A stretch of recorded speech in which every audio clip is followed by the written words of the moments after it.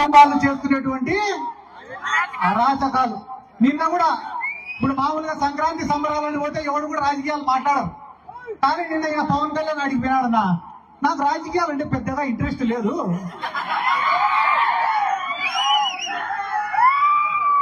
నేను ఫ్లాప్ సినిమాలు తీసినా కూడా నాకు డబ్బులు వస్తాయి రావాలి.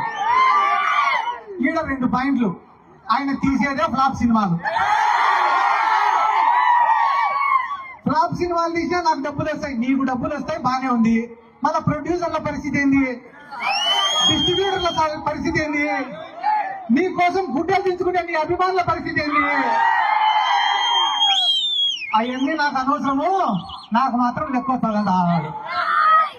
నిన్న ఎవడో చెప్పినాడంట, ఏందన్నా నెలకు 20 కోట్లకు 30 కోట్లకు కకృతి పడినావు నువ్వు, అదే నువ్వే ముఖ్యమంత్రి అయితే ఇంకా ఎక్కువ లెక్క వస్తుంది కదన్నా అని చెప్పినాడంట. ఒరే, మనం ముఖ్యమంత్రి అయినామంటే మళ్ళా దానిపైన ప్రత్యేకంగా శ్రద్ధ పెట్టాలరా? మనకు మెంటల్ గా ఫిజికల్ గా స్ట్రెస్. అదే చంద్రబాబు నాయుడు నమ్ముకుంటాం అనుకో, నెల నెల మన ఇంటికే పంపిస్తాడు కదా లెక్క.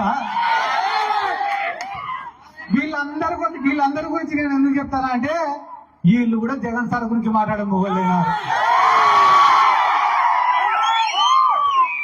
వీళ్ళు పొద్దున్న నుంచి రాత్రి వరకు లేకపోతే గాంభీర్యం ప్రదర్శించి రాత్రినే ఇంటికి పోతేనే అందరు ఒకరొకరు ఫోన్ లో మాట్లాడుకుంటారు. ఓ పక్క చంద్రబాబు, ఓ పక్క పవన్ కళ్యాణ్, ఓ పక్క లోకేష్. ఒరే, మనం ఇన్ని కేసులు పెడతాం వైసీపీ వాళ్ళ పైన, రేపు ఖచ్చితంగా ఆయన మళ్ళా వస్తాడరా. మనం సింగపూర్ పోవాలా, మలేషియా పోవాలా, జపాన్ పోవాలా అని.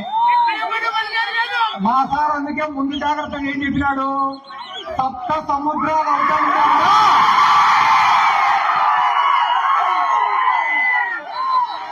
100% మళ్ళా వెనక్కి పిలిపించుకొని వస్తా అని చెప్పినాడు. ఈ 18 నెలల్లో వైఎస్ఆర్ కాంగ్రెస్ పార్టీ సాధించిన విజయం ఏమరా అంటే, 11 సీట్లు వచ్చిన తర్వాత చాలా మంది, ఒరే మనకు అవసరమారా ఈ రాజకీయాలు, ఎట్లా జగన్మోహన్ రెడ్డి అంటే తిరిగితే కేసులు పడతాయేమో అని చెప్పి చాలా మంది భయపడినారు. కానీ 18 నెలల తర్వాత ఈ రోజు గ్రామాలలో పరిస్థితి ఎట్టుందిరా అంటే, ఒరే మనం కూడా 2-3 నెలలు జైలుకు వేసే తప్ప జగన్మోహన్ రెడ్డి దృష్టిలో మనం పడేటట్టుందా? కాబట్టి దేనికైనా సిద్ధం కానీ జగన్మోహన్ రెడ్డిని మళ్ళా ఒకసారి